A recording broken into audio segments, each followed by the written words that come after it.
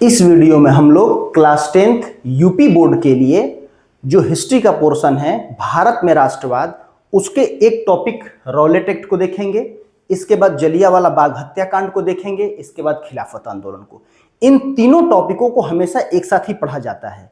न सिर्फ इस टॉपिक को पढ़ेंगे हम लोग, बल्कि इसमें हम ये देखेंगे कि इसमें कौन कौन से क्वेश्चंस इसमें बन सकते हैं। ठीक है। और ये आज का जो ये क्लास होने वाला है ये बहुत इंपॉर्टेंट है, इसलिए कि इसमें आप ये जान जाएंगे कि किसी टॉपिक से हम कैसे क्वेश्चन को फाइंड आउट कर लेते हैं। ठीक है। सबसे पहले हम लोग रॉलेट एक्ट के बारे में आज पढ़ेंगे। तो रॉलेट एक्ट के बारे में थोड़ी सी बातें मैं पहले आपको बता देता हूं। रॉलेट एक्ट दरअसल लॉर्ड चेम्सफोर्ड के शासनकाल में जब भारत में लगातार दिनों दिन तीव्र आंदोलन बढ़ते गए, तीव्रतम होते गए, आंदोलन की जो प्रक्रिया थी वो लगातार बढ़ती गई, तो लॉर्ड चेम्सफोर्ड घबरा गया। घबराने के बाद उसने सोचा कि आखिर इसके क्या कारण है कि ये इतने तीव्र होते जा रहे हैं, दिनों दिन पूरे भारत में ब्रिटिश सरकार के खिलाफ आंदोलन बढ़ रहे हैं। तो उसने उस समय के तत्कालीन जो हाईकोर्ट के एक जज थे सिडनी रॉलेट, उन्होंने उनकी अध्यक्षता में एक समिति का गठन किया जिसे हम सेडिशन समिति कहते हैं, और उनको ये काम सौंपा कि आप ये पता कीजिए कि इस तरीके के जो मूवमेंट चलाए जा रहे हैं, आंदोलन आखिर क्यों चलाए जा रहे हैं, इनका स्वरूप क्या है, और अगर हो सके तो आप ये बात भी बताइए, एक ऐसा प्रस्ताव भी पारित कीजिए, नियम बनाइए जिससे कि इसको कंट्रोल किया जाए। तब सिडनी रॉलेट ने प्रस्ताव पारित किया कि भाई हमें एक ऐसा कानून बनाना होगा जो भारतीयों का जो है बर्बरता से या जैसे भी हो सके उनका दमन किया जा सके, और दमन करके इनको जेल में डाला जाए ताकि इनके अंदर डर पैदा हो। तो उस तरीके से ये कानून बना और बाद में इसका बहुत बड़ा विरोध हुआ बड़े लेवल पे। तो इससे क्वेश्चन कैसे बार बार पूछे जाते हैं यूपी बोर्ड में, ये हम देखेंगे। ठीक है।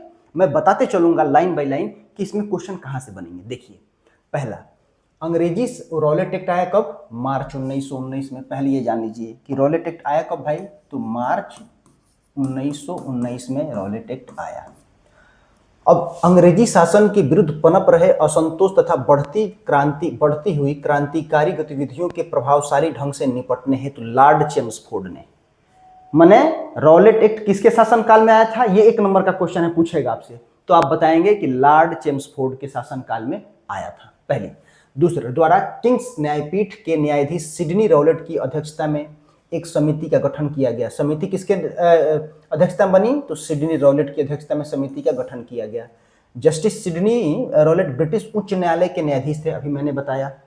सेडिशन समिति उसका नाम था जिस समिति का गठन किया गया था, में 2 सदस्य भारतीय उच्च न्यायालय के न्यायाधीश भी थे।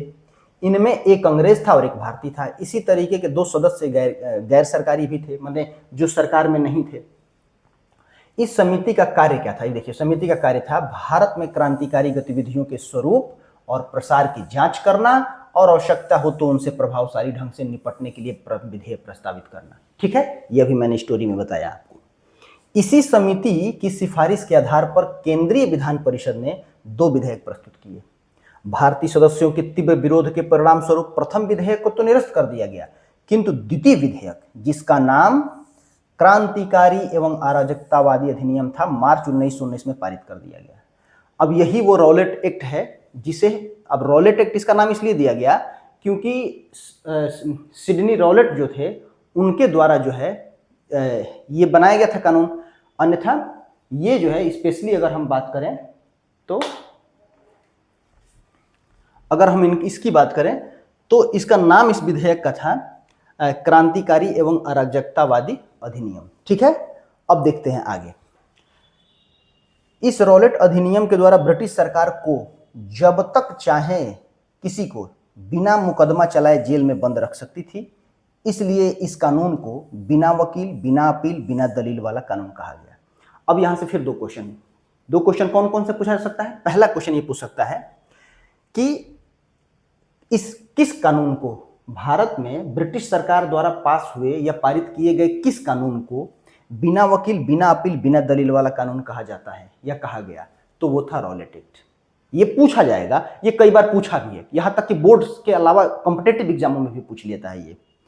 फिर इसके बाद देखिए, रॉलेट विधेयक पेश किए जाने के साथ ही गांधी जी ने अपने सत्याग्रह अभियान को संगठित करने के लिए एक सत्याग्रह सभा की स्थापना की। जिसके अध्यक्ष वो स्वयं बने और गांधी जी द्वारा की गई। इस सभा के अन्य सदस्यों में जमुनालाल बजाज, ये सब तमाम नाम हैं, इन नामों पे आपको ध्यान नहीं देना है इस समय। उदारवादी ये ध्यान नहीं देना है। अब इधर आ जाइए आप, इसके बाद सीधे यहाँ आ जाइए। रॉलेट एक्ट, अब इसमें जो है ये दरअसल ज़्यादा डीप दे दिया है। तो रॉलेट एक्ट जो है बना, फिर उसके बाद महात्मा गांधी ने क्या किया कि महात्मा गांधी ने एक सत्याग्रह सभा जो बनाई, सत्याग्रह सभा बना करके उसका खुद अध्यक्ष बने और उसका नेतृत्व किया। उन्होंने इसे इसलिए बनाया था ताकि एक मंच पर सभी लोगों को इकट्ठा करके रॉलेट एक्ट के खिलाफ पूरे देश में जन आंदोलन चलाया जाए, ताकि रॉलेट एक्ट को सरकार वापस ले ले। ठीक है, ये कारण था। आगे देखते हैं इसका नेक्स्ट पेज। हड़ताल हुआ, ये सब चीज़ें नहीं पढ़ना है आपको क्योंकि ये बड़े डीपली दिया है। तो इसमें क्या है ना कि लगातार अब जब महात्मा गांधी जो थे, जब सत्याग्रह सभा की वो स्थापना कर दिए, तो उनके इसमें आने से, उनके नेतृत्व में लोग बहुत जो है उन आत्मविश्वास के साथ लबरेज होकर के और उन लोगों ने इसमें नेतृत्व जो है, उनके नेतृत्व में कार्य करना शुरू किया। जब कार्य करना शुरू किया तो ये कार्य जो है ब्रिटिश पुलिस को, ब्रिटिश प्रशासन को जो है चुभ रहा था। अब पंजाब में इसकी तीव्रता बहुत अधिक थी। पंजाब में कांग्रेस के दो लोग थे, कांग्रेस के दो ऐसे नेता, डॉक्टर सैफुद्दीन किचलू और डॉक्टर सत्यपाल। इन दोनों को ब्रिटिश सरकार ने इसी रॉलेट एक्ट के तहत गिरफ्तार कर लिया। जब गिरफ्तार कर लिया तो ये लोग डर गए कि वो कांग्रेस के दो बड़े लीडर हैं पंजाब प्रांत के, उन दोनों को जो है ये काफ़ी दिनों तक रख लेंगे तो हमारा आंदोलन प्रभावित होगा। तो अगले दिन 12 मार्च को गिरफ्तार किए गए। 13 मार्च 1919 को जलियांवाला बाग जो है में सभी लोग इकट्ठा हुए। मैं ऐसे ही कहानी बता दे रहा हूँ आपको। जलियांवाला बाग वहाँ पड़ता है, वहाँ पे वो लोग सभी जो है भारतीय नागरिक इकट्ठा हुए और इस बात का विरोध कर रहे थे कि आपने डॉक्टर सैफुद्दीन किचलू और डॉक्टर सत्यपाल को क्यों गिरफ्तार किया। तो इसके विरोध में वहाँ जनरल डायर, एक लेफ्टिनेंट गवर्नर था, जनरल नहीं था, लेफ्टिनेंट गवर्नर के पोस्ट पे तैनात था क्या बोलते हैं उसको, डायर। उसने क्या किया कि बिना किसी सूचना के इन लोगों पे, जो बैसाखी के दिन 13 अप्रैल 1919 को उनको छुड़ाने के लिए वो वहाँ गए थे, उनके ऊपर उसने गोलियां चलवा दी, जिसमें हजारों लोगों की मौत हो गई। ठीक है, तो इसी घटना से ही संबंधित है ये घटना, क्योंकि जलियांवाला बाग हत्याकांड हुआ क्यों? सत्यपाल और डॉक्टर सैफुद्दीन किचलू जो थे, उनकी गिरफ्तारी किसके द्वारा हो गई थी? इसी रॉलेट कानून के तहत की गई थी। इसलिए रॉलेट कानून को जब पढ़िए तो जलियांवाला बाग हत्याकांड जरूर पढ़िए। तो जलियांवाला बाग हत्याकांड के नाम से इसे जाना जाता है। अब इसमें हजारों लोग जब मरे तो इसका विरोध तो और बड़े लेवल पे भारत में होने लगा और जन आक्रोश भी बहुत ज़्यादा बढ़ गया। महात्मा गांधी ने तो अपना टाइटल नहीं वापस किया, लेकिन रविन्द्रनाथ टैगोर ने अपने, जो उन्हें सर की उपाधि मिली थी, टाइटल मिला था, उसे उन्होंने वापस किया। शंकरन नायर, जो उस समय के वहाँ के वायसराय का समिति के कार्यकारिणी परिषद के सदस्य थे, उन्होंने उस सदस्यता जो है अपना वापस कर दिया कि हम सदस्य नहीं रहेंगे भाई। तो इस तरीके से इस घटना का बड़ा ही विरोध किया गया, जलियांवाला बाग हत्याकांड का। ठीक है, उसके बाद अब देखिए यहाँ दिया है, जलियांवाला बाग हत्याकांड के विरोध में गुरु रविन्द्रनाथ टैगोर ने नाइटहुड की उपाधि, जिसे हम सर बोल रहे थे, नाइटहुड की उपाधि ब्रिटेन सरकार को वापस कर दी थी। ठीक है, अब एक पेज और देखिए, भूतपूर्व शंकरन, यदि यहाँ देखिए, कांग्रेस के भूतपूर्व अध्यक्ष शंकरन नायर द्वारा वायसराय कार्यकारिणी परिषद से त्याग पत्र दिया गया, है ना। अब इसके लिए ये इतना बड़े लेवल पे विरोध हुआ कि हंटर जो था, हंटर एक व्यक्ति थे, जैसे देखिए यहाँ पे लॉर्ड हंटर, उनकी अध्यक्षता में अंग्रेजों ने हंटर कमीशन का गठन किया। हंटर कमीशन का गठन ये पूछा जा सकता है आपसे, पहले तो आपसे ये पूछा जा सकता है कि जलियांवाला बाग हत्याकांड कब हुआ? तो 13 अप्रैल 1919 को हुआ।